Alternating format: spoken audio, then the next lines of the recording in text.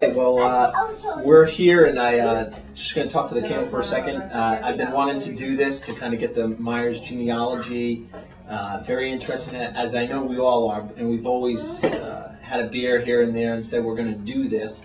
So luckily, I was able to get Uncle John to agree to kind of go through, organize, and help us. So I'm just going to say, Uncle John, maybe we could start with the first Myers to come. What would you have that, how did they come in to the United States? Or do you have anything in that regard? Yes, we do, Stephen. For some time now, I knew that the progenitor of our branch of the Myers family came to this country somewhere in the 1840s.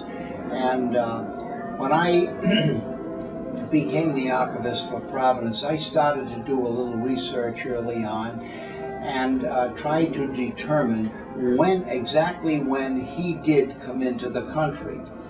And the archivist at the time, Carol Pace, was good friends with another person who was interested in archival work and genealogy as well, Pat O'Grady. And one day when Pat was into the archives visiting Carol, I was able to talk to her, and she said that she would attempt to do a little research on the John Myers who came here sometime in the 1840s, and I didn't know when or where he came into the United States from Ireland, and neither did I know the exact location in Ireland. And the following note was written by Pat O'Grady, and it gives us the following information. Dear Pat, I received your card asking me to check the Boston passenger list index for a John Myers born somewhere between 1820 and 1825, arriving possibly in around 1845. And the next paragraph states that the Boston Index proper begins in 1848. However, there is a supplemental index for the Atlantic and Gulf Coast ports that includes earlier Boston arrivals. There I found a John Myers arriving in 1845, age 22. 1845, he arrived at the age of 22. That's right. And he is the only John Myers from Ireland arriving in 1845 and is within the date of birth range, and so I copied some things for you. I copied the identification for the arrival of the ship, the top of the first page of the passenger list so that you could see the size of the ship, and the fourth page of the list is where you will find John on the bottom line, and it indicates that he's 22 years of age, and that the ship Sweden came into Liverpool June 4th, 1845. Wow! So that gives us a good beginning for the Myerses in our branch that are in the United States. Wow. Yeah, it's good information. Now, after his arrival, how did he get his like citizenship? His citizenship, yes.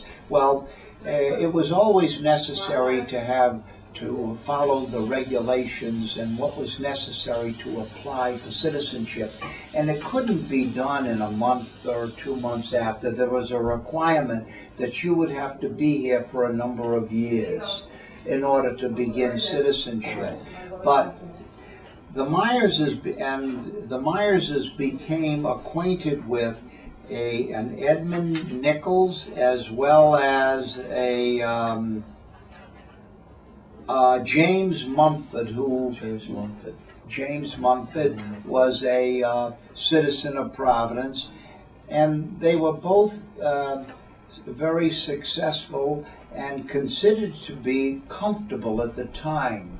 They made a good living wage and so forth, and they were well respected in the community. And apparently John Myers asked him, at the time it was in 18, let me see now if this date is, That'd be 47. No, I thought it was a little bit later. The date, December 8th, it says is it there. 50, is it 57? 57. Well, at any rate, I think it might have been about 1857. So he probably was here about 10 years. I think that I'll be able to come up with a better, more specific date for you.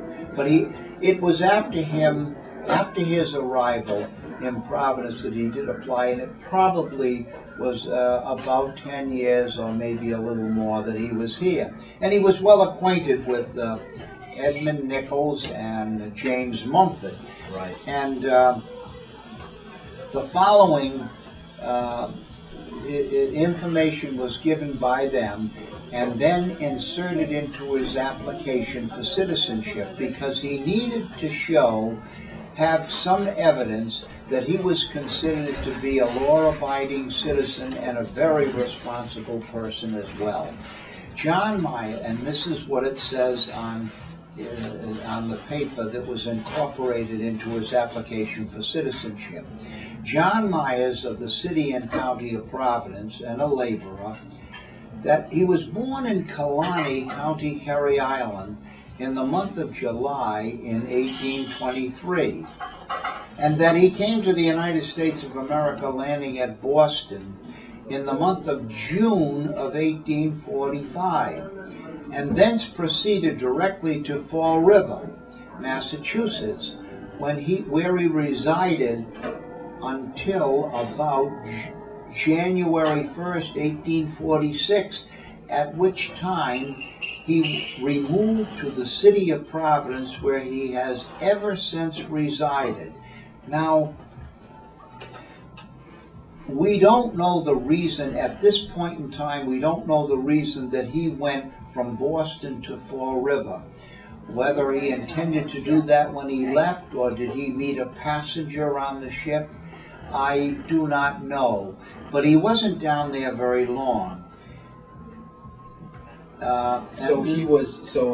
First thing we have is obviously the ship, the Sweden. The Sweden, yes. And then obviously he did do, it seems from this record that he was a laborer. Yeah. And that he had lived for some period in Fall River. That's correct. He did live in Fall River. Now, how long, at 45, he was not married when he came over? No, he was not married. He was 22 years old, and we do know that he came up to Providence in January of 1846. 46. Yeah, 1846. And we can tell, we have a picture here of the old St. Patrick's Church on State Street in Providence. The new St. Patrick's that most of us knew later was a church that was across the street from the Registry of Motor Vehicles. The state of Rhode Island purchased that, and it was demolished, and the second St. Patrick's Church was built around 1912. But the original St. Patrick's Church on State Street was dedicated in 1842. 1842. And State Street, is that off what street? Smith. Off Smith Street. On the hill. Yep, on the hill, yep. Yep, and it would be across the street from the rear of the State House now. Oh, wow. Our current State House. So, and in this one, obviously, he marries Catherine McCarthy. That's correct. Yeah. And he married Catherine McCarthy on the 11th of January, 1846. Oh, 1846. So almost a year and a half after being in the United States. Well, I don't think he was here that long. He arrived in June of 1845. Yep, June of 45. So he was here for, would it be approximately 6 months? Wow. In Fall River, and come up to Providence in January of 1846. Wow.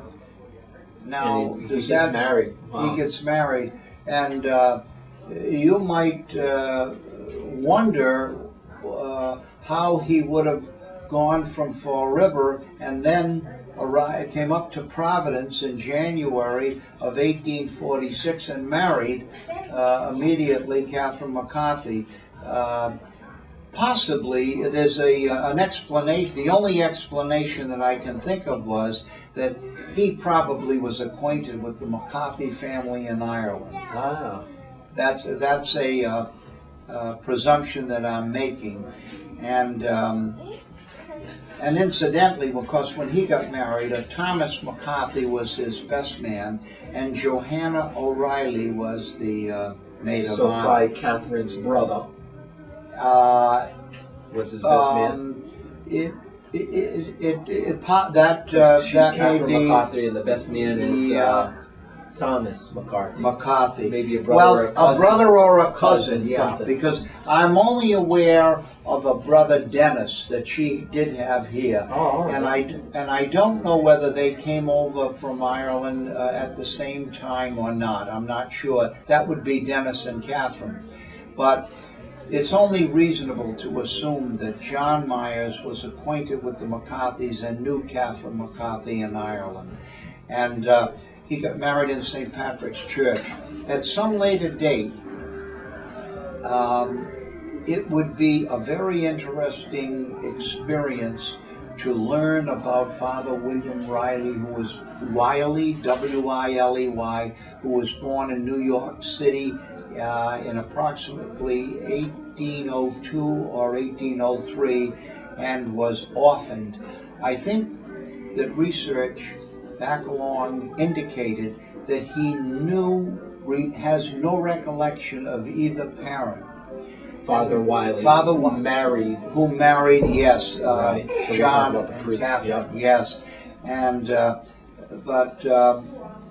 and incidentally, Catherine McCarthy's brother Dennis was married in 1845, just before Catherine and John, and he was married by Father Wiley as well. Right.